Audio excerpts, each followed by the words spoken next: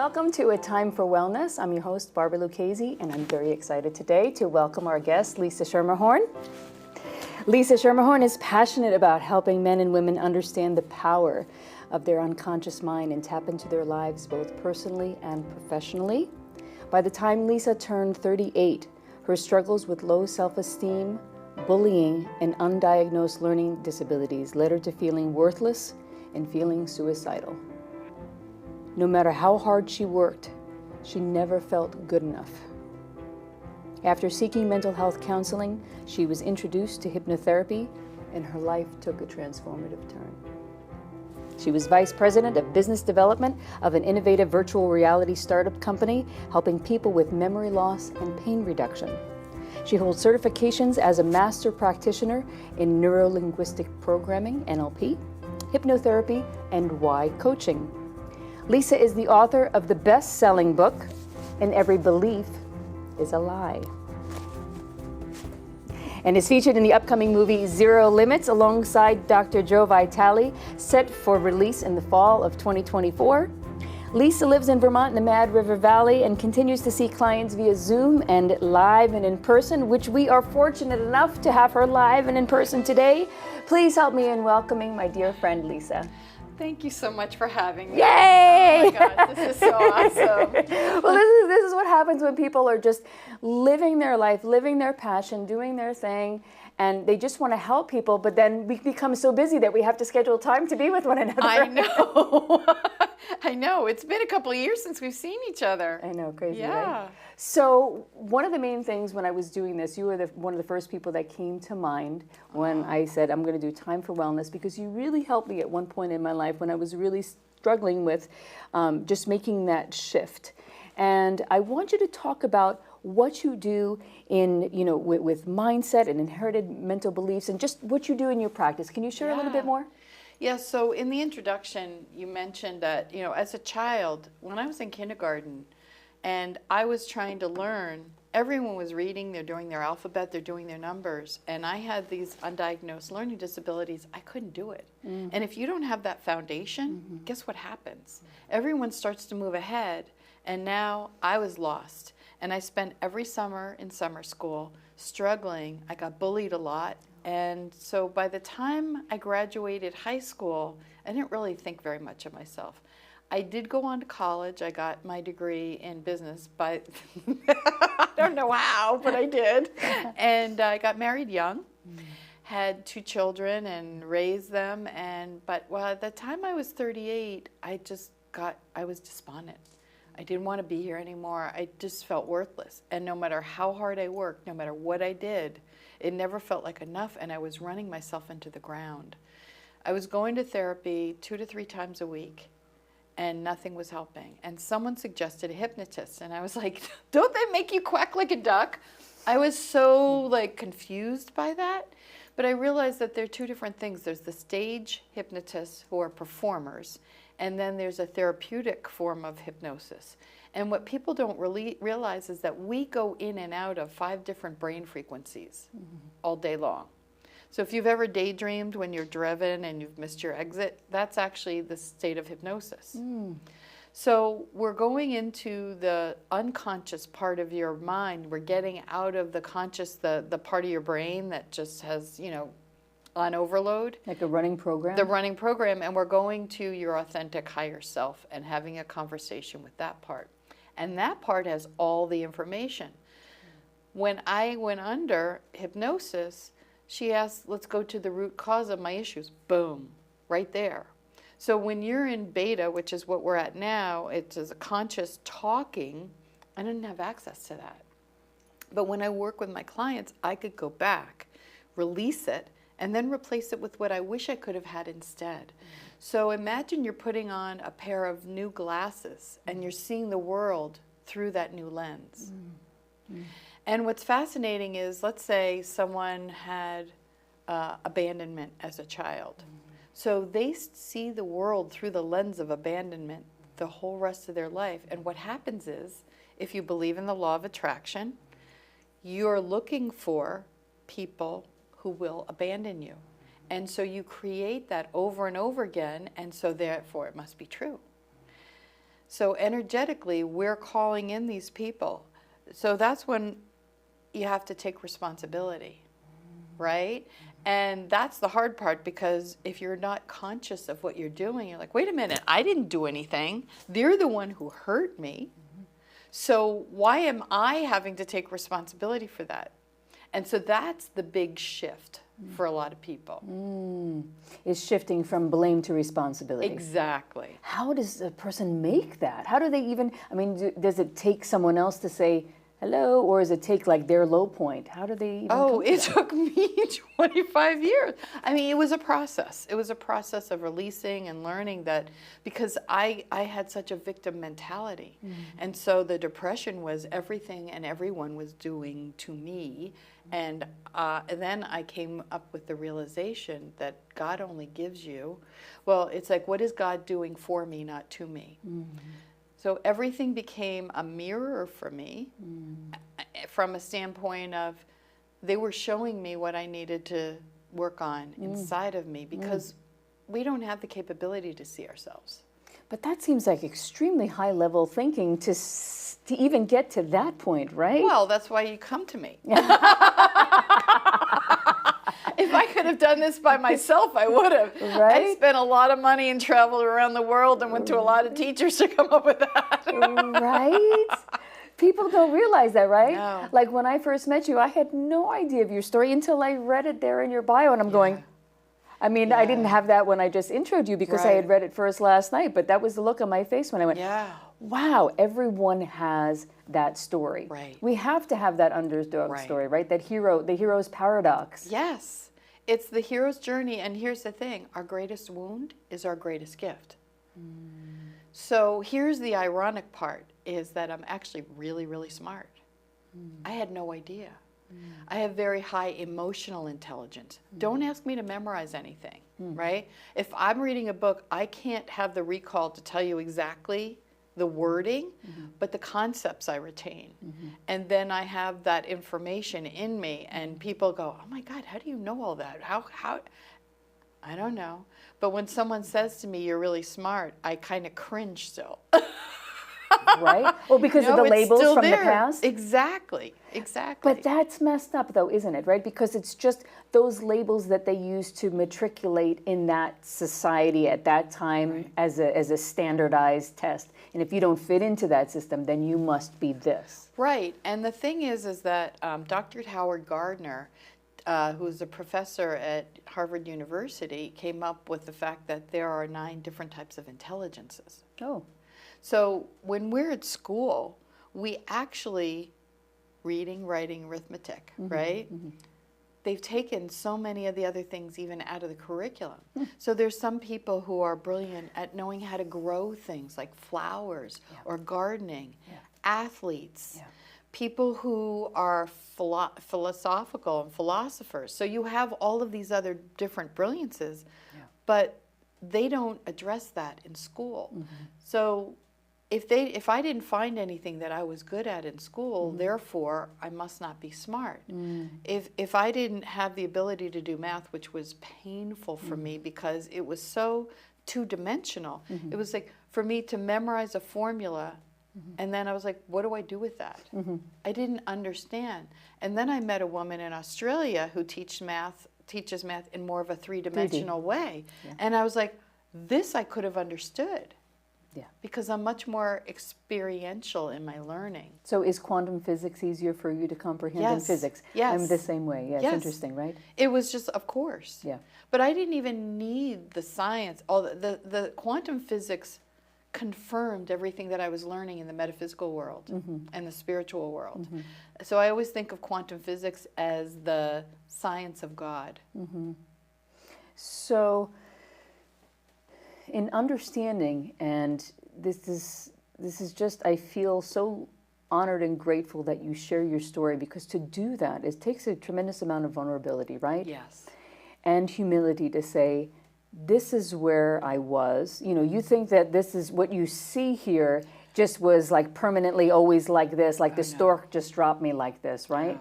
We don't realize that there's so much backstory, there's so many different causes that produced who you are today.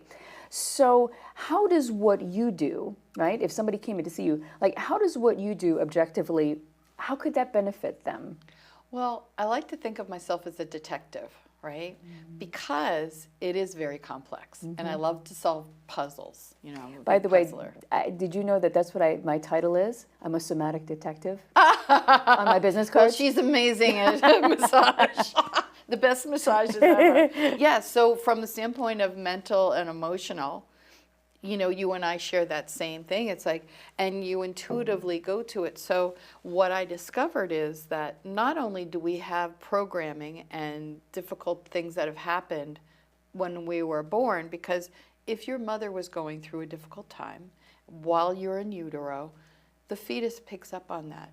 So you can come into the world feeling unwanted and not know why, carry that programming through your entire life, feeling unwanted, and you have no way to access that in all the therapy that you ever experienced. So even if someone comes up to that person and shows them all the love and attention in the world, they won't be able to take it in because of their programming. They will just see it that way. It's like wearing a yellow sunglasses. You'll see everything yellow. Right. So when you access it and release it, then it's putting those new glasses on, and then you can see it. Now, does that mean that you can't do it in any other ways but hypnosis? No, there are other techniques. But for me, this is how it worked was I have taken people back into utero or before. And this is the fascinating thing that people don't realize, that we can inherit ancestral beliefs. You mean like epigenetics is what they It's call it? epigenetics, yes. So what happens is, and they did a study with mice, where they took all these mice and they had them smell a particular smell and shocked them until they associated the smell with the shock. Their grandpups, when they smelled the smell, would run without even being shocked. So there was a woman who, the story through Dr. Mark Wolyn's book, It Didn't Start With You. One of his case studies was a woman who was deeply suicidal from the time she was basically born. She didn't want to be here. And they're like, that's not normal for a little girl to be born that way. She just never wanted to be here. So as an adult, she would use the term, I want to be incinerated. So what was happening is he asked her, did you have a grandparent that survived the Holocaust? Yes. So she had taken that on from her grandmother her entire life. So he helped her release that. Wow, that is not a simple task. No, no. I wonder, does it say how long it took her to release that? She was midlife, but I don't know how long. I mean, when she was in therapy. Oh, in therapy. I've gone back up to 10 generations with people. Wow. And how long would something like that take? One session. It could take one yes. session. So what's the interesting part is now this is where it gets a little metaphysical, because if I were to take you back, I ask your higher self to go through your DNA to your ancestor who was the root cause of this issue. And we go back, and you'll see patterns in families.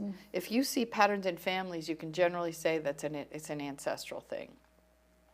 That can be scarcity. Let's say there's depression issue, during depression with food, and it can go many different issues. So we could go back, then you're actually having a conversation with an ancestor you don't even know. You can go back 5 generations, you're like, I didn't know this person, right? But they always show up. And then sometimes they'll have resistance. I don't want to release this. So the process is actually getting the ancestor to energetically release it so they can, and explaining. Also forgiveness work. Oh, yes. To forgive yourself and others. And then once they do it, they're so relieved. And then it goes down generationally. Now, I had one person who I did this with, and it's someone you know who's passed, who had an experience where she went back several generations, and she had a very evil ancestor. And that ancestor did not want to release because they were actually happy that this person was in pain. And their descendants, they were quite evil. And Jesus showed up in her session while she was there and hugged that ancestor and gave it unconditional love, and that ancestor melted and that was healed. Wow. That blew me away. Wow. Because I was actually asking for that ancestor to feel the pain that they had inflicted on their subsequent generations, and that emboldened them. And that made me realize the power of forgiveness and unconditional love heals everything. And that was a huge turning point for me. Wow. Yeah. Crying. Yeah. I'm crying It on was that really amazing. It really is, isn't it? I mean, the power of even you retelling that story, and really hits me on the power of love. And what gets me time and again is what is it about not forgiving? What is it about that quality that we just hold on to? Is it some sort of self-righteous anger that if I forgive, that means I'm wrong, or I saw the situation wrong, or that means I have to change, or what? I have to take responsibility for my life. What is the sticking point with taking responsibility? So resentment and anger is like swallowing a poison pill expecting the other person to die, right? Yes. So what happens is, as long as I can blame someone else for my unhappiness, I don't have to take responsibility for it. The minute I forgive them, then all of a sudden I have to go, well, wait, now I have to be responsible for my own happiness. I can't blame anyone. And here was another big changer for me. There's something called the Ho'oponopono, which is an ancient Hawaiian practice of forgiveness. And I will tell you, that changed my life. So it's now 2 years ago, I was asked to be part of a forgiveness Ho'oponopono group. And for those who don't know what this is, in Hawaii, this is an ancient prayer, and it goes like this: I love you, I'm sorry, please forgive me, thank you. And people go, well, wait a minute, why am I saying I'm sorry? They hurt me. It's not about that. We are all connected, we are all one. So you're talking about from a universal, I'm sorry that this whole thing happened. Yes. Right? Yes.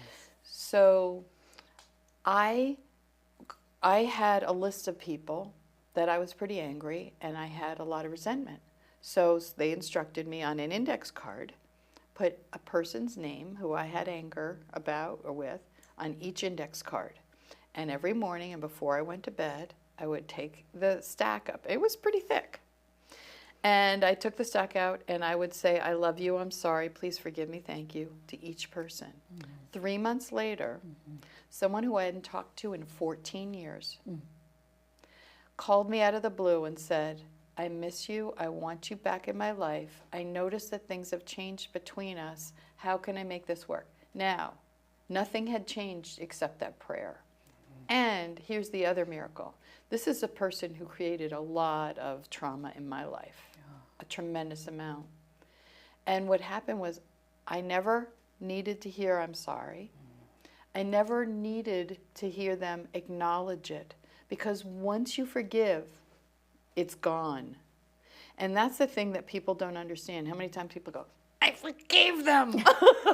Yeah, I forgive you, I pray for you, and it's some sort of, it really is so dissociated, it's so detached. I have a story about that. Yeah. So there's a book called, by Colin Tipping, PhD, called Radical Forgiveness. Did you ever hear this?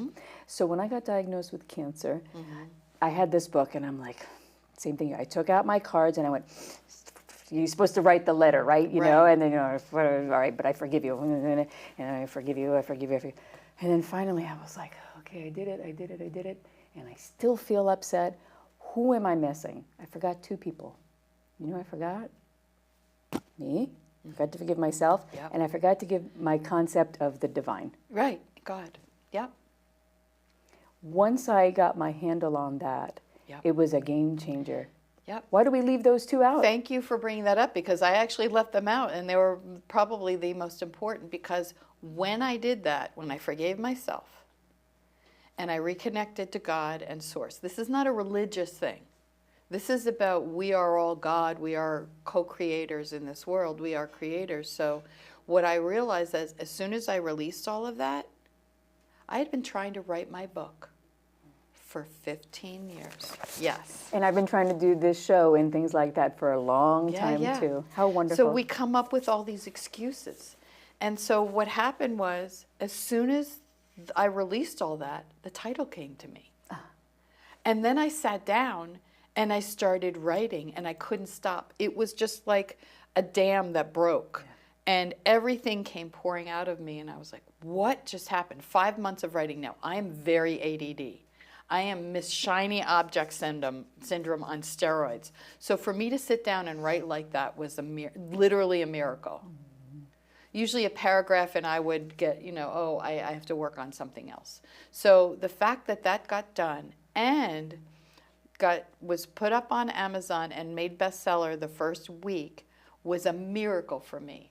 And I will tell you, every single belief about writing a book, who am I to write a book? I didn't do well in school. How am I going to do my grant? Well, you can pay an editor, hello. So all of these things, I had answers to the list of everything. And I was like, what does someone want? Why would someone want to read what I have to say? And people were saying, well, your experience is different than other experiences, even though you may be coming from talk about the same subject matters, it's different angles. And what resonates with one person may not resonate with someone else, right? Exactly. A picture says 1,000 different words to 1,000 different people. That's why I think plagiarism is ridiculous. Yeah. Because it's not possible. I mean, when I was in film school, 20 years ago, and we all had different, subjects, but then somebody wanted to do a similar topic, and then another person got threatened by it, and I said, listen, from script to sitting eating popcorn watching it, you're going to have a completely different version. Exactly. But then also it's teamwork, like you said. Isn't that amazing? Yeah. Like you're like, oh, an editor, duh, but we don't realize that those adages are true, that once we actually get on the horse and just set on the journey, that we will have the support, no? Amazing. And I love this book. This is so great. So what can we do, what can a person do at home if they, assuming that they are, okay, I'm going to take responsibility. They watch the show, they say, dang, this is something I really want to do. I will, I've hit my rock bottom, and I don't know anybody in the area, but I'll look. But until then, until I can find somebody or come to see you in person, if they're having a moment of anxiety or they're stuck in whatever kind of biofeedback loop, is there a practical exercise or something that you can share with people that they can say, okay, this is what I can do? There's actually a couple of things. And the first thing I do is tell people to breathe. Because we have an autonomic nervous system. When we do a deep belly breath and we go breathing in for 6 counts, and then we hold for 3, and then exhale for 6 counts and hold for 3. If you can do that loop, you're actually tugging on the vagus nerve, which settles your whole nervous system down. So breathing, grounding. If it's too cold, we're in Vermont, and you can't go out barefoot, which is most of the year. if it's not snowing, it's raining, or it's doing something. You want to ground. If you can get your feet out on the earth, that's awesome. If you can't, send a cord from the base of your spine all the way down to the center of the earth. Bring that energy back up, and then go down to your feet and grow like roots into the soil. Can you do it sitting or standing? You can do both. So do you want to take some, do you have another one to share, or do you want to take us through one of those? I have others to share, but with this one, what you want to do is just, you want to take a deep belly breath and really push out your lower abdomen, and then hold for 6. Actually, we're going to hold for 3, and then pause for 3, and then inhale for 6. And while you're doing that, I invite you to send that cord through from the base of your spine down into the center of the earth, And then you take that energy from the center of the earth while the cord is there, bring that energy up, and actually bring it to down the back of your legs to your feet, and you can grow roots from your feet down. Now, I did this. It was interesting because I was in a course, and they were showing us the power of energy, and they had us do this fake sumo wrestler costumes, and we had to push someone out of a circle. They paired me with a woman who was 3 times my size. And I looked at my teacher, and I was like, this is not okay, because she's going to hurt me. And I went inside, and I grounded. But I didn't realize she was not grounded. So if you're grounded, no one can push you. It's amazing. So I was grounded. I literally walked up to her and with one hand pushed her out of the circle like she was nothing. Wow. Yeah. Yeah. You did martial arts. Right. So if she had been grounded, it would have been a different story. But most people don't take the time to ground so that they're connected to the earth. Put your back to a tree. There's a reason why trees not only transmute oxygen, carbon dioxide to oxygen, they also transmute our pain. Another technique I use called the emotional release method, where it's very somatic, where they go into their physical body, identify where they feel it, and then release it. Should I let it go? Yes. Could I let it go? Yes. When? Now.